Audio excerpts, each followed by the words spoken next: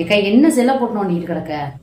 என்னன்னே தெரியலடி, காலையில இருந்து இந்த செல்லு எடுக்கவே மாட்டேங்குதுதா. உனக்கு ஒரு சங்கதி தெரியுமா?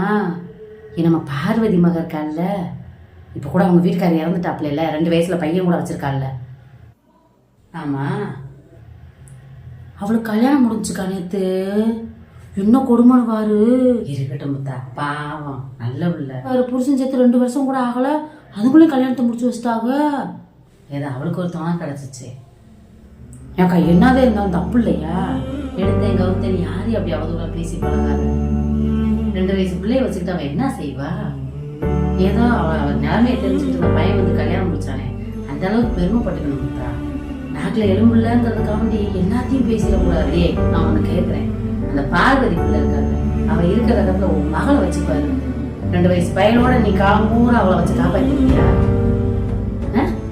மன்னிச்சிருக்கா.